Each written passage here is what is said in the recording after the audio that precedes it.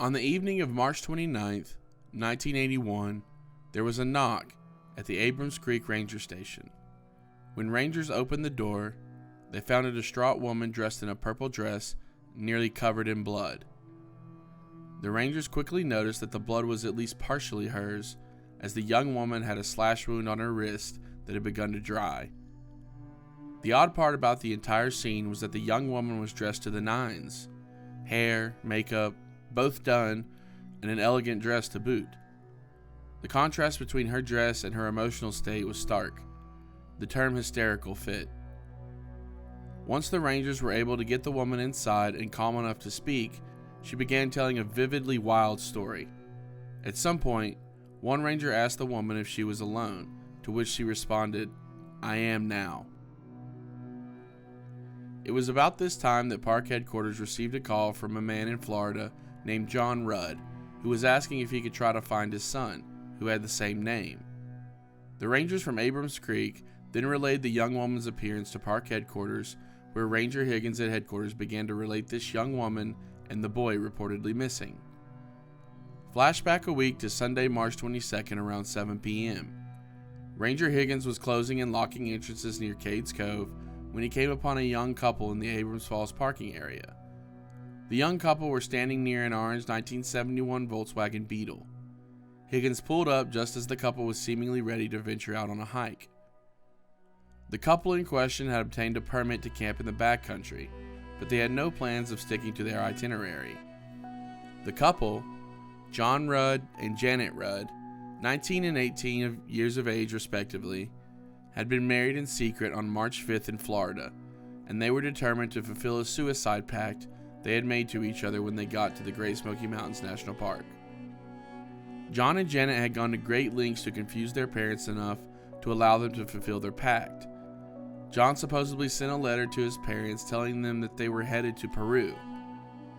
Janet had written her mother a letter that said she had abandoned her Volkswagen Beetle in the park and that they were headed to Canada. By the time either family received these letters, the couple had already reached what they thought would be their final destination. Back to the moment that Janet Rudd is relaying her story covered in blood at the ranger station on March 29th. She tells the rangers that she was now alone, but had arrived in the park with her husband. She told them he was dead.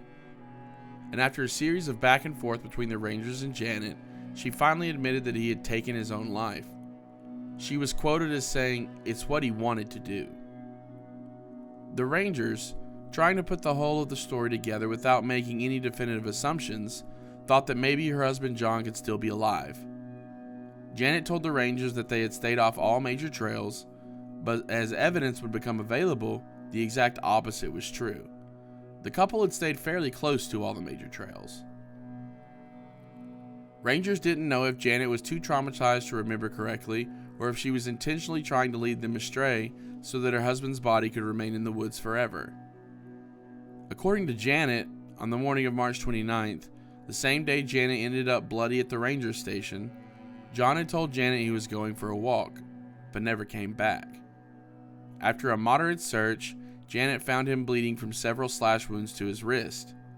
Janet claimed that he was not moving and was cold to the touch when she reached him, but later recanted, saying he was indeed alive at the time.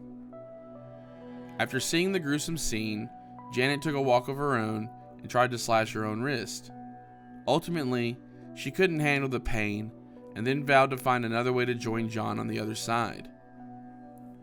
After Janet wandered aimlessly, she eventually ran up on the ranger station. After the rangers heard Janet's story, their first instinct was to search for John's body. So they did. They retraced Janet's steps, but were stopped when a decent rainfall washed her barefoot footprints from the mud.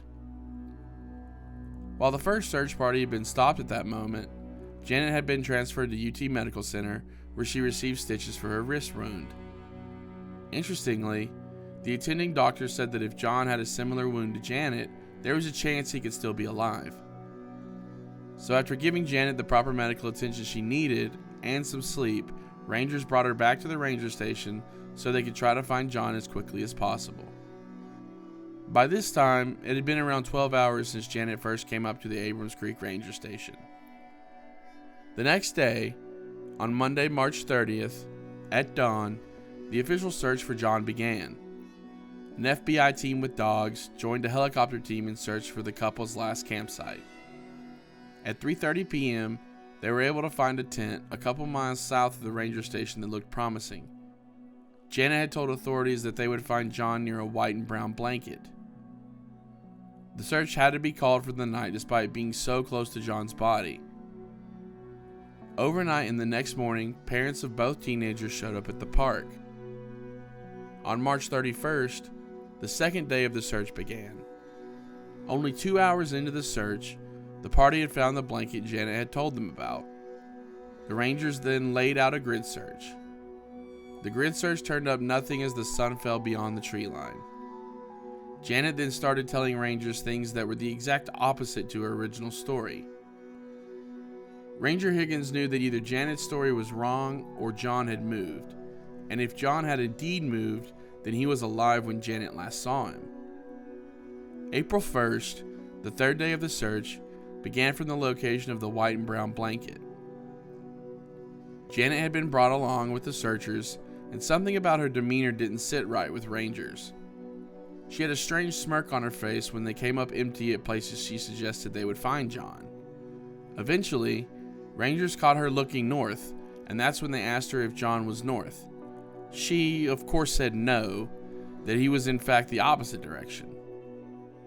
As more and more about the couple came to light, Rangers eventually found out that the two had in fact been married, but were not in love in the slightest. They simply thought it would be nice to be married when they died. At 2:30 in the afternoon, a part of the search party finally found John's body, about a half mile from the blanket. John was reclined on his back with his legs crossed. His left wrist had 4 slashes, all deep wounds. The evidence at the scene suggests that John had moved himself under a tree to shelter from the rain while he was still alive, which would prove that he was indeed alive when Janet reached the ranger station on that fateful night. Authorities think he could have been alive for several hours after first harming himself, as he moved again after the rain to the edge of the stream bed where he eventually passed on. After John's body was properly identified by his parents, Janet was taken back to her home with her family, and this story would go down in the history books.